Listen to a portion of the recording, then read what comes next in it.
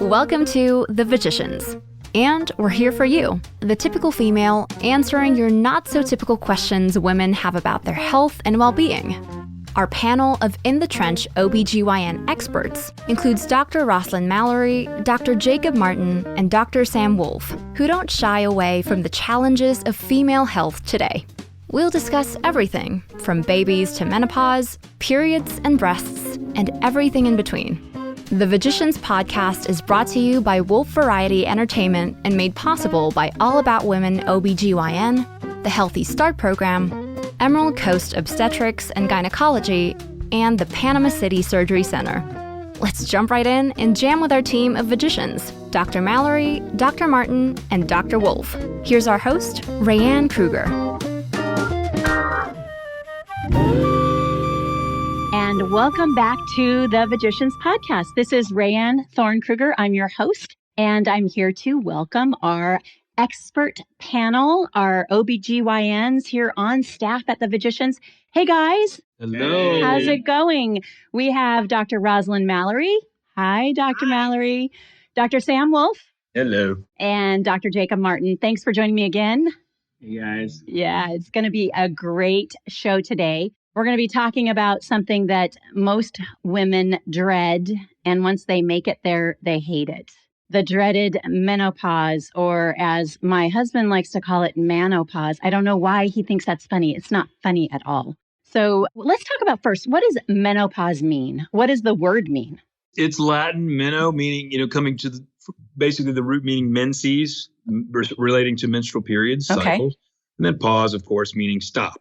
And so that's really what it is. And it's unfortunate that it doesn't, or sometimes fortunate, but it doesn't stop like a light switch. It sputters out. I think I even mentioned that a little bit last time. And it has to do with the fact that this can happen over the period of a year or even 5 years. Okay. So one of the questions that I received from my network was, why is it that every time a 30 to 50-year-old woman goes into her regular practitioner or her OBGYN and complains about something, the standard answer is, oh, you're in perimenopause? Why is that?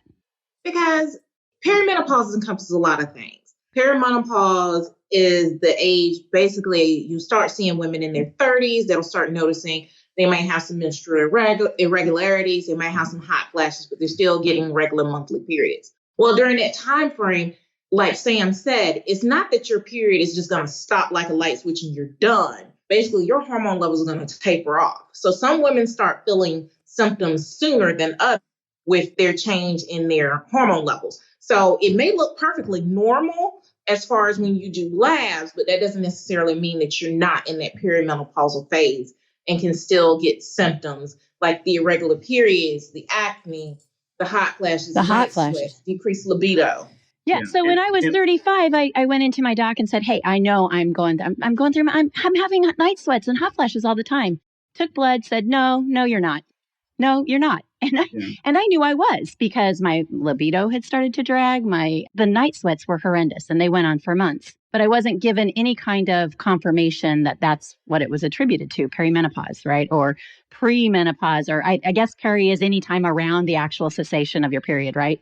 Yeah. So one thing I'll tell you, kind of going back to that, is a lot does get blamed, on this perimenopausal period and as early as 30 to 50, like you're saying. But a lot of this, like we get consults that'll come in from outside providers, from family medicine physicians or internal medicine physicians who aren't dealing as much with direct care with women in this time. And I think when you're out in the community and you have irregular menses or irregular periods, it can be something that can be easily mentioned and then referred to an OBGYN. Now, I will tell you, a lot of times, 30 years old would be on the very early spectrum to be having symptoms that would be related to perimenopause. Now, 30 years old is not early on the spectrum, though, to have menstrual irregularities, which starts to be very common. And that's a whole other Pandora's box of causes for irregular periods that aren't related to. Well, we're going to do a whole episode about irregular periods also. So we'll save some of that for then. Go ahead, Dr. Rayanne, Wolf. one thing that's really common that we get, and this is like a daily thing almost. Patients will come in and they say, I want my hormones checked. I'm just out of sorts. A lot of these complaints and things that we've been talking about, I want my hormones checked. or they'll come in with a stack of labs that their primary did a whole stack of labs, and I'll go through these. And the problem with this is you have to remember that all these hormones that are being checked, especially like FSH, LH, estradiol levels, these are going to be fluctuating with where that patient is in their cycle. And so if you're in the first 14 days before you've ovulated, of course your progesterone is going to be low. Progesterone is always going to be low until you ovulate. Then it spikes up very high. And then as the progesterone falls, that's your body's signal to have a period. And so I'll have a lot of patients that are very confused by this. They come in with the labs with a progesterone of 0. I just said, that's just because you had not ovulated by that point yet. Oh, that is so important that I'm going to transcribe that and actually put that in the body of the description of this particular episode, because it's so hard to understand. And often women don't feel like they're getting a straight answer, right? Because you feel one way, you read, thank goodness for Google, or not, thank goodness. Thank goodness for no Google. Wait, I meant the opposite. There's so much information out there and if you're not trained to really understand and how to read the information or interpret it for your own body, this is why we rely on experts like you. That's why we're doing this show, so that you can share the truth with us, because there's so much crap out there. And most of it, and unfortunately, and I know many women will attest to this, you start reading something and you think, yes, that's me. And you get to the end of it and it's an advertisement for a product. And so do you trust the information you just read or you just consumed? Or do you go back to your doctor again and say, look, this is how I'm feeling. I really need some assistance and some understanding. Please educate me. Most visits to an OBGYN are started with, please educate me. Tell me what is going on. And that's what we spend a lot of time doing. And I would tell you there's probably the two most important tests that you can do to test for what's called ovarian reserve. Remember that a patient had every egg they will ever have when their entire life, when they're 20 weeks inside their own mother. And that, as you mentioned last time, that number's dwindling after every period. You're losing eggs. And there's the two most helpful lab tests that we use frequently, and they're not very expensive or complicated, would be an AMH, which is anti-Mullerian hormone, and an FSH. Now, AMH, it's most beneficial by reproductive endocrinologists for testing how well that patient will do with IVF, in vitro fertilization. How many eggs? It's looking at that reserve, but it's used frequently by general gynecologists like ourselves as it's a ballpark. It's not exact, and there's some variation. Now, I do like it because it doesn't change as much with the patient's cycle. But if you want to get down to it, the best thing, and it's really easy to do, is just a day 2. So the second day of bleeding, you check a simple FSH level. That stands for follicle stimulating hormone. If that level is high, and when I say high, I mean really above 3 or 4, that's showing that the brain is having to work harder to make the ovaries produce more. And so that's a very good test to see where a person is on that spectrum. But if you check that same test on day 16 of their cycle, of course, it's going to be very high. It's going to be completely different. So I know that everybody is different, right? And we've talked about this. Everybody is different. When we talked about COVID, everybody's response to COVID is different. Everybody's response to the vaccine is different. And every woman is going to be different. But what would you say, if somebody asked, what's the average length of time that perimenopause lasts, what would your answer be? I would say I don't know. Okay. It could be 5 years. It could be 10. It could be 2 or 3. It really honestly just depends on the person. And sometimes we have patients that are actually going through the perimenopausal phase and they don't say anything. I can say with smokers, they're probably going to be in that group that they will start a little bit sooner. Really? Wow, that's a reason to take up smoking. God. Anyway.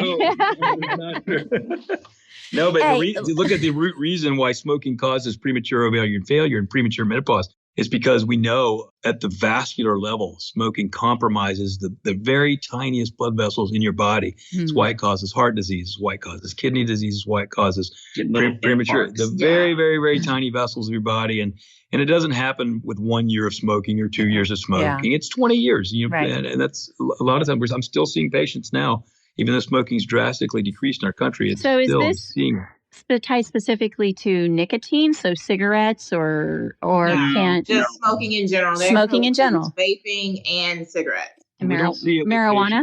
They've done side-by-sides with Nicorette gums and things like that, where you don't see that vascular. Oh, that's really interesting. So it isn't just nicotine. No, it's the 60-plus carcinogens that anytime you combust something, burn it, light it on fire, and suck all that ash into your lungs. Yeah. I'll never forget when I was a medical student. This is a funny story. Tell you the addictive potential of nicotine. We're doing our anatomy, and we have this filleted open cadaver, and our cadaver was a big time long-term smoker. And I'll never forget seeing those lungs, just black lungs, and my lab partner, who was a pretty heavy smoker. And I looked down and I looked up and I was like, "Hey, what do you think of that?"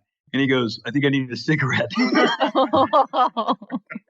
So it's very. But don't let, going through menopause early has its own set of challenges, though, right. Because losing that estrogen amount earlier in your life, you've got long-term potential issues that you can have from that, such as, bone health. Right. Even there's some studies that are linking cardiovascular health long-term with decreasing estrogen early on. So not always going through that menopause earlier is not necessarily a good thing. Right. Okay. I want to address some of the psychological, because we get a lot, hey, this is the bleeding, and this is, all these different things. But I think that this perimenopause, like you had originally asked, is blamed for all kinds of things. Okay. It's blamed for the moodiness. It's blamed for irritability, memory loss, Sex drive. Exactly. In a lot of our opinion, a lot of this comes down to sleep deprivation syndrome, because you have to remember, when a patient is having a hot flash that's bad enough that it wakes them up out of their sleep, there's probably 5 or 6 other vasomotor hot flash type symptoms that are disrupting their REM sleep, but not bad enough to wake them up. So you can imagine that's just absolutely what effect that has on sleep hygiene. And then when you don't get sleep, we're diurnal creatures. We have to get sleep, or we turn into very crazy people and very depressed people. Yeah, you know what? I don't have to imagine it. Last night, I'm 57. I'm still suffering from the night sweats and the hot flashes, and it does interrupt your sleep. And there are times when I wake up and I'm not feeling it yet, and then it hits. So I know something in my body has triggered, and it's told me, you better wake up because it's coming. There's something else that has wakened me. And then the hot flash hits. So it's crazy.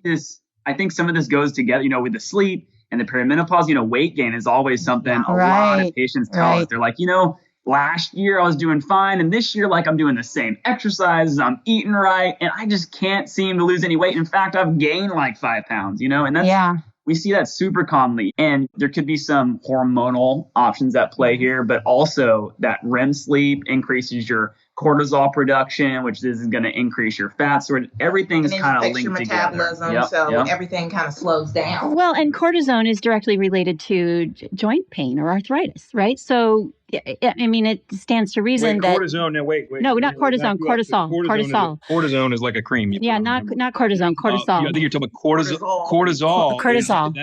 That is your basic, most basic hormone that your body produces.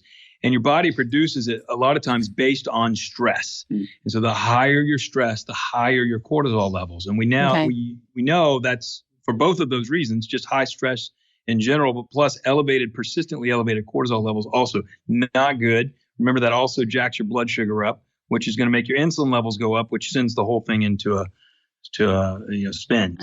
This could be a 10-episode series on menopause. There's so much to talk about, and I'm sure we'll come back to it in other episodes. But let's talk about libido. Why do some women have low libido, and some experience no change, and some actually their libido increases? Actually, I find that sometimes it's not even a hormonal level or hormonal change. Sometimes you have to sit down and ask them, do you like your partner? Is there stress going on? I can make you have a libido, but if you don't like him, if y'all are not getting along, the romance is gone. Going through some type of change that you're not attracted to him anymore. No matter what I do, it's not going to fix it. So we kind of start there. And if all that is fine, I start asking them, well, before now, did you have a normal libido? What was your sex drive at that point in time? They say, I had a real high sex drive. I wanted it all the time, yada, yada, yada. Then I start testing hormone levels. I look at testosterone, see if it's lower than normal or what happened. And then from there, we'll start talking about other measures to try to help. There are some things out there for women for libido, but we have a whole other discussion about that before we get there. And I think going on with menopause too, vaginal dryness is something that commonly happens during menopause, because you're decreasing that systemic estrogen production. So your vaginal tissue is actually getting thinner, or we call it more atrophic. It's not having its natural secretions. And that can make that can make sex painful, right? That's who wants to have intercourse when it's painful, So that's something that's easily addressed. Well, there might be some people that do. Yeah.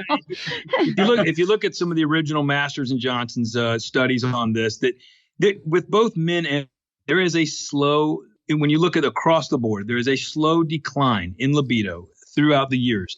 It becomes distressful when you have one partner that has a significantly steeper slope of decline than the other partner.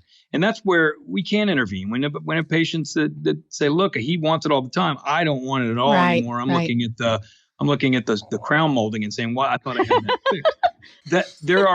When we look at the medications, it's kind of broken down to the most common one that's used is testosterone, but that's still off label. It's not FDA approved for treating low libido, except in one form it is, just as a bimouth form, as a combination with an estrogen that can be taken, but it mostly is given in the form of injections and creams and things like that. When you look at the FDA approved, there's two other medications out there. There's one that's relatively new. The brand name is Adi, the generic is flibanserin. They always have to make the generic very difficult to target for premenopausal. Yes, and that's an everyday medication that's taken. And when you look at the studies, it showed slightly increased number of intercourse occurrences throughout the month. I've had some good success with patients on it. It does work for some patients. I kind of tell patients, give it a couple of weeks if you don't see a difference in 2 or 3 weeks. Though the one that's another interesting one that's FDA approved is the Vyleesi. Is that right? Yeah, which is an injectable. Wow. It's an injectable, and it's meant to be injected about an hour or so before anticipated intercourse,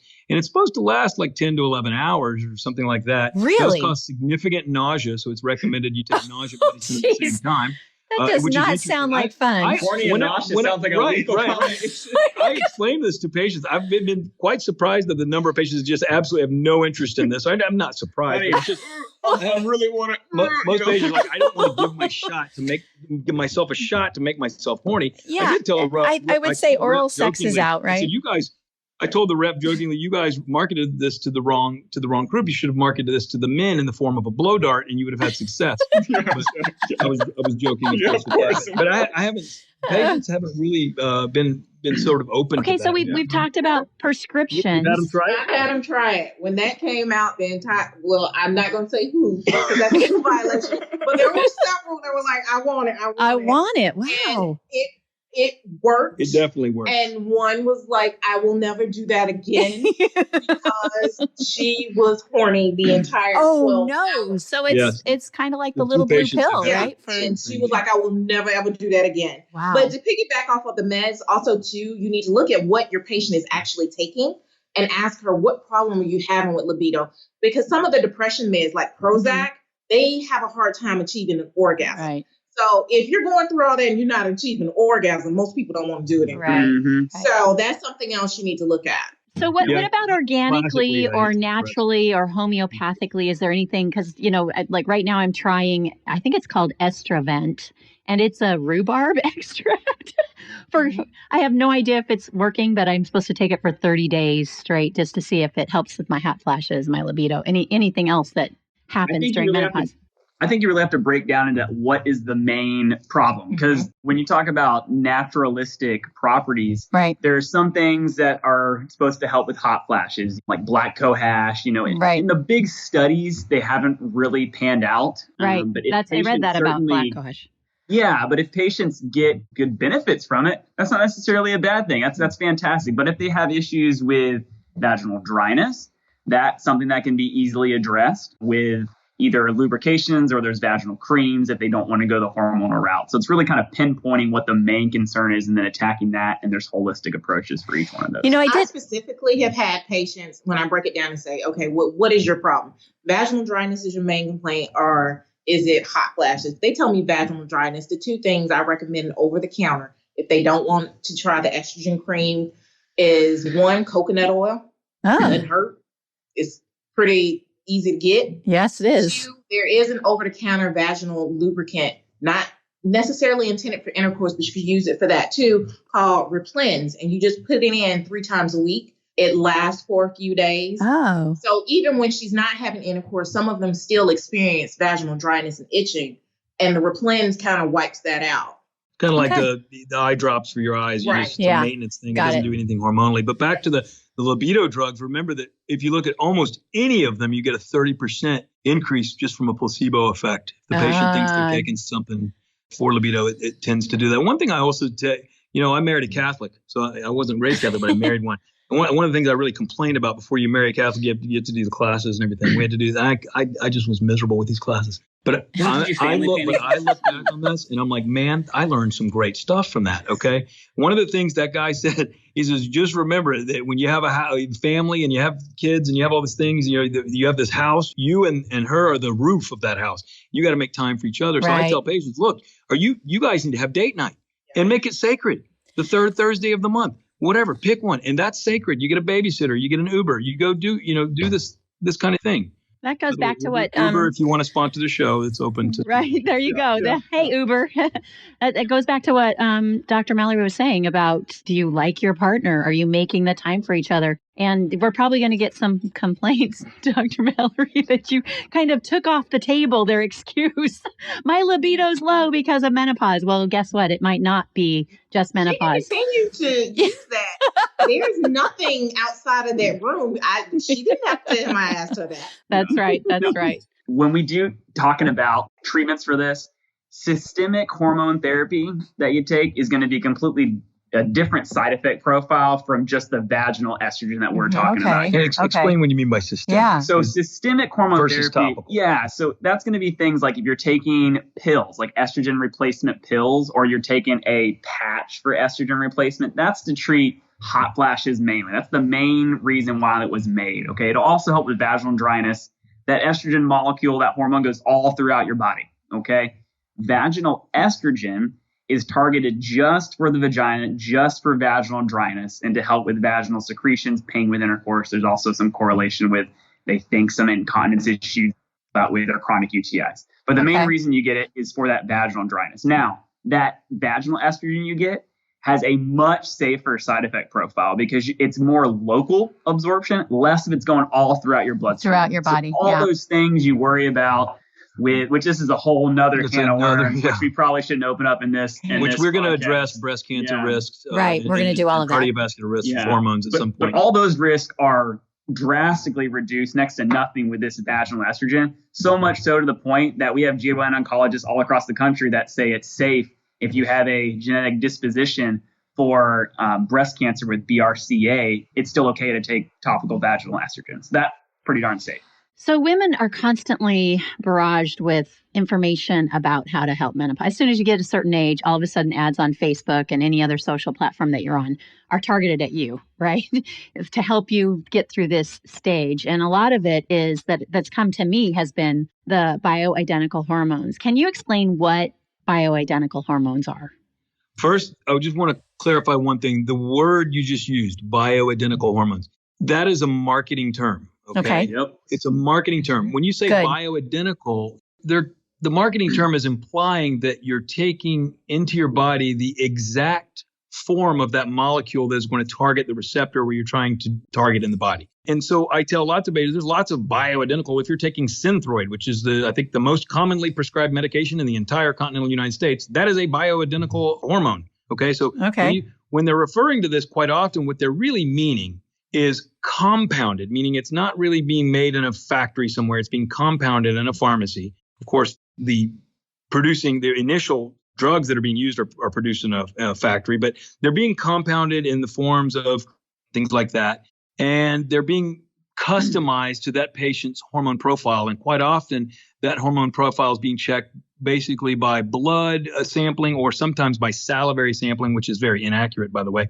So when you say bioidentical, you'll kind of notice that some gynecologists will kind of roll their eyes a little bit. Right. I think that I don't shrug it off because I've seen such dramatic improvements with some patients that had very difficult time with conventional hormone therapy. So I don't say that bioidentical is horrible and no one should do it. I think it's that a better statement would be 98% of people do really well and with conventional hormone therapy that is FDA regulated and has gone through the test to pass through the FDA and will do great with that. And it's significantly cheaper than going that bioidentical route. But there are some patients, they just can't find that right. Would you agree with that? Yeah, I would. But here's what I'll tell you.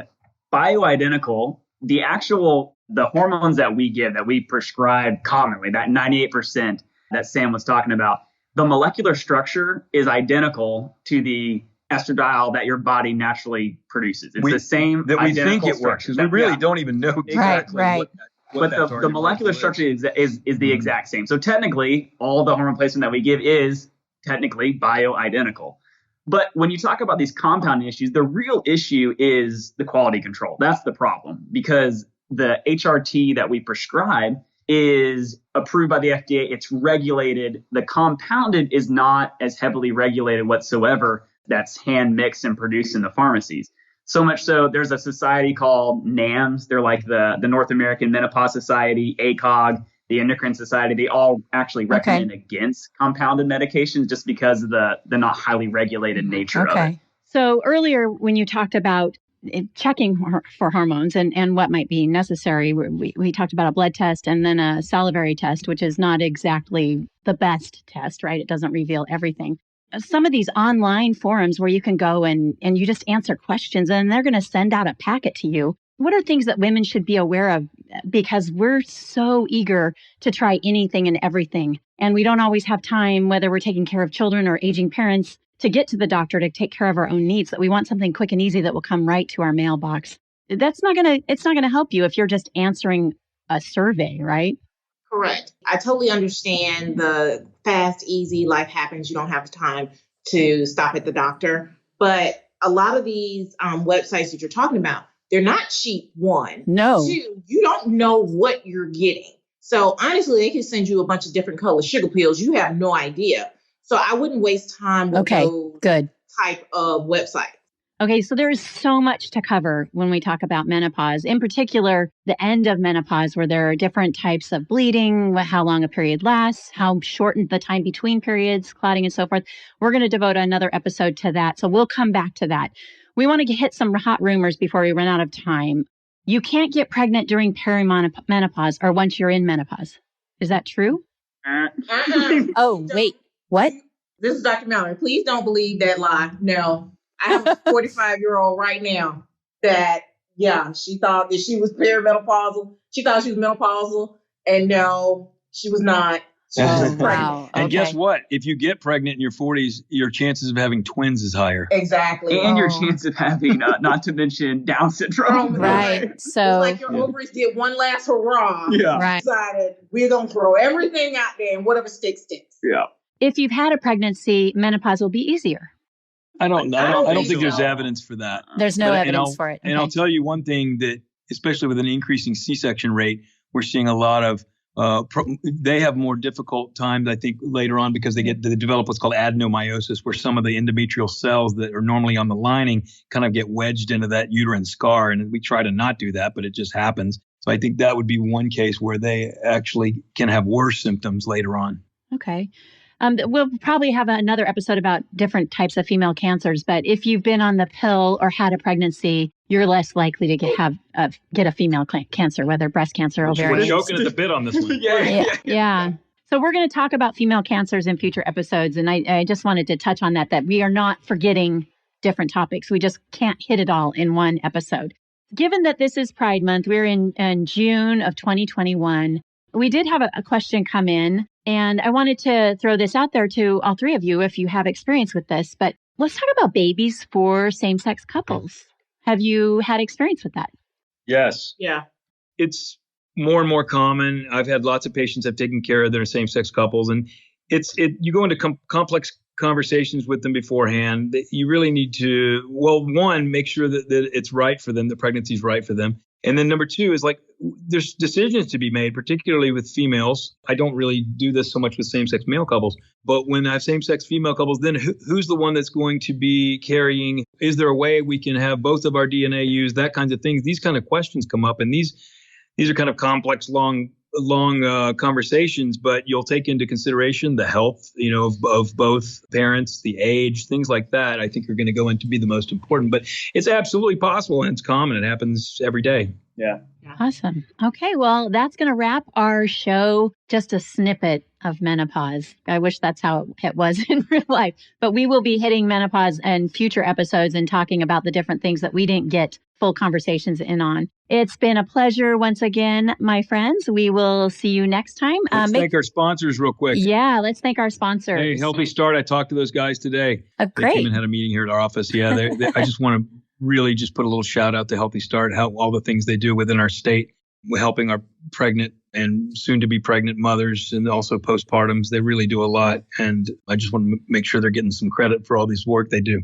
And then, of course, All About Women, OBGYN, and Emerald Coast, Obstetrics and Gynecology. And then our last one is Panama City Surgery Center. Yes. Right. And if anybody out there wants to sponsor a show, please shoot us an email at info@thevagicians.com. Or, most importantly, if you have a question that you'd like us to address in future episodes, please reach out to us on info@thevagicians.com, or you can certainly ask questions on any of our social platforms. Thanks for tuning in. We'll catch you next time. We're going to be talking a little bit about pregnancy and gender. We'll see you then. Thanks for joining us for this episode of The Vagicians, where we answer the questions you may be afraid to ask. A little legalese for you. The physician hosts of this podcast are actively practicing doctors in the field of obstetrics and gynecology. They are all three licensed to practice medicine in their respective state and are either board certified or board eligible within their specialty. This podcast is for entertainment and education only. Any content from this program should not be considered official medical advice, and listening to this podcast should not by any means be considered a legal patient-physician relationship. If you have a medical issue worthy of discussion on this program, you should seek immediate medical attention with the physician of your choice. The Vagicians is made possible by our generous sponsors. All About Women OBGYN, with a mission to promote, protect, and restore health in women's reproductive systems and a legacy that spans greater than 50 years, you can trust all your women's healthcare needs to All About Women OBGYN. Healthy Start Coalition of Bay, Franklin, and Gulf counties. Healthy Start's mission is to promote healthy pregnancies, babies, and families by providing services and facilitating access to resources through community partnerships while advancing racial equity and cultural responsiveness. Emerald Coast Obstetrics and Gynecology. Offering a dedicated medical care team, Emerald Coast specializes exclusively in women's health services in Panama City, Florida. And Panama City Surgery Center. Located in Panama City, Florida, the Surgery Center offers top medical specialties and services in one convenient location with minimally invasive outpatient procedures to get you back to normal life quickly. The Vagicians podcast is produced by host Rayanne Thorn Krueger. Our editor is Igor Kuzmanovski, with Aika Zabala as our announcer.